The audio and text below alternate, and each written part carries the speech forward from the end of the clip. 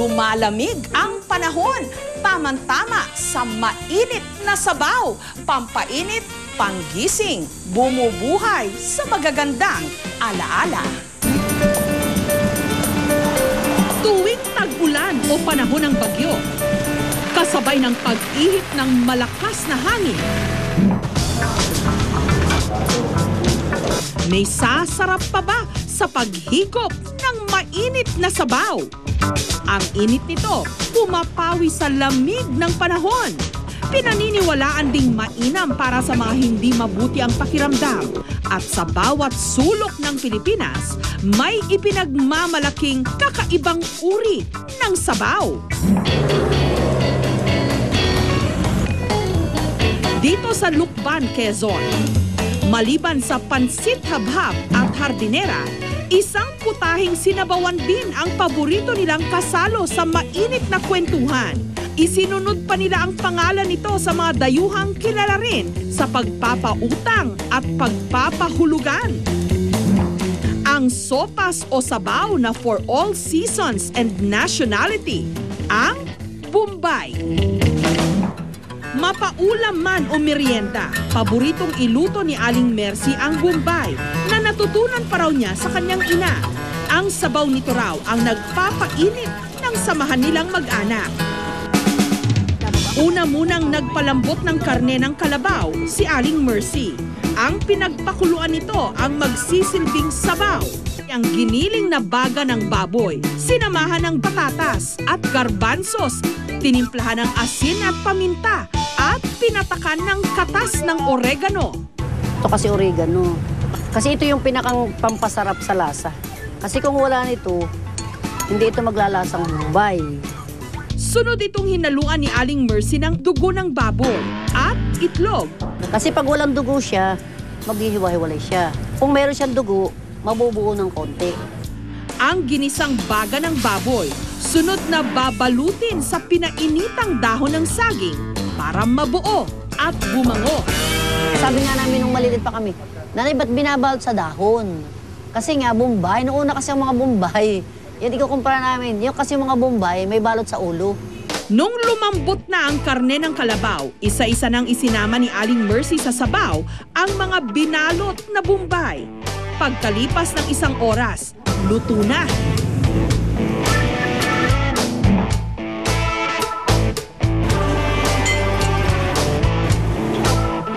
Ay, masarap ang lasa, malinamnan. Masarap siya dahil lalo pag mainit siya dahil yung halang niya, yung anghang at saka yung secret na oregano na nakalagay. Pag nag-mix niya, masarap siya talaga. Nakakapag-alis ng aming lamig ng aming katawan, kaya nag-prepare kami ng pagluluto ng Bombay. Sa Naga City naman sa Camarines Sur, bukang bibig ang bangis ni Edwin. Kada araw kasi, halos 30 ulo ng baboy ang kanyang sinisintensyahan na pangunahing sangkap para makapagluto ng isang espesyal na sopas, ang kinalas. Ano po yan, sir?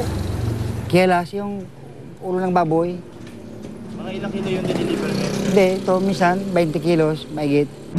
Ang kinalas ay isang noodle soup na sinahugan ng laman mula sa ulo ng baboy at pinalinamnam naman ng sariwang utak. Matapos linisin ang mga ulo ng baboy, inihiwalay muna ni Edwin ang mga utak.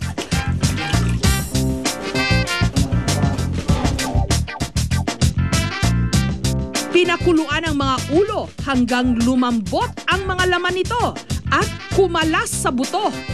Ito rin ang dahilan kaya tinawag itong kinalas. Pag malambot na, natanggalin mo na. So, lalagay mo dito para hindi na madurog. Pinakuluan din para maluto ang utak. Wala na raw kailangan pang itimplang pampalasa rito. Ang isa pa raw dahilan kaya nangingibabaw ang sarap ng kinalas ni Edwin, ang inihahalo niya ritong espesyal na sarsa. Ang ginisang giniling na baboy, tinimplahan ng toyo, hinaluan ng harina, at bahagyang sinabawan hanggang lumapot. Pwede nang i-assemble ang kinalas. Ang noodles, sasabawan ng pinagpakuluan ng ulo ng baboy. Sinamahan ng laman mula rin sa ulo. Kaunting utak, sangkatutak na sarsa. Kada order ng kinalas na ibibenta ni Edwin sa halagang 36 pesos kada mangkok. Lalagyan po ng utak. Masarap talaga siya. Pag kumakain ako, siguradong papuwisin ako. Tumutulong na nga ako. Iba-iba naman kasi ang sarsa eh, iba-iba. Para sa nakakatalo, dapat malinis yung kainan mo, dapat malinis. Pero paalala ng mga eksperto, hinay-hinay lang sa pagkain ng mga sinabawang laman loob. Mataas kasi ang mga ito sa kolesterol. Kapag masyadong malakas magkonsumo ang isang tao ng mga pagkaing mataas sa uric acid or cholesterol, like yung mga laman loob, mas tumataas yung risk niyang magkaroon ng cardiovascular diseases, meaning sakit sa puso, stroke, atake sa puso. Maging ang ilang nakasanayan na nating sinabawang putahe, pwedeng lagyan ng bagong twist.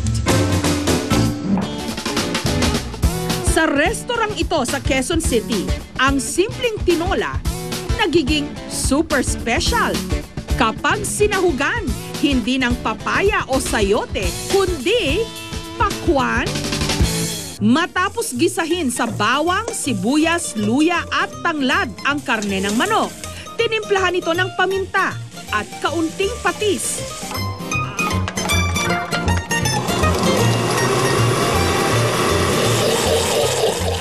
At saka isasama ang dinurog na laman ng pakwan.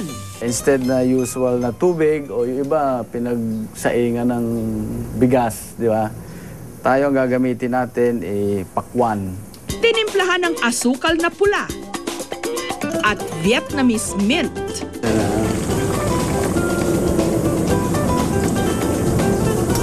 Pwede na.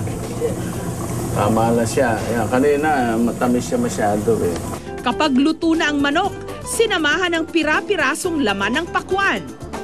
Ang kada order nito, 150 pesos.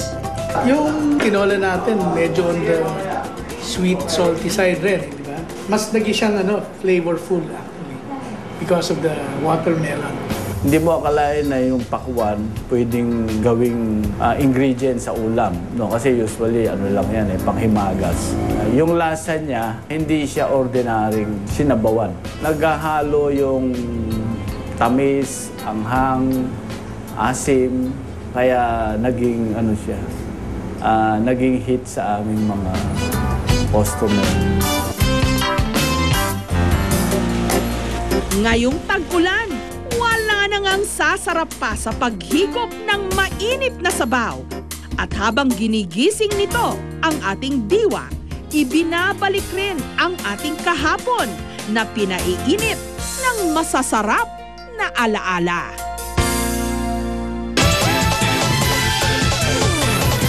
Susunod, tama na muna ang giyera dahil ang tangan-tangan ngayon ng mga sundalo gamit pang-eskwela.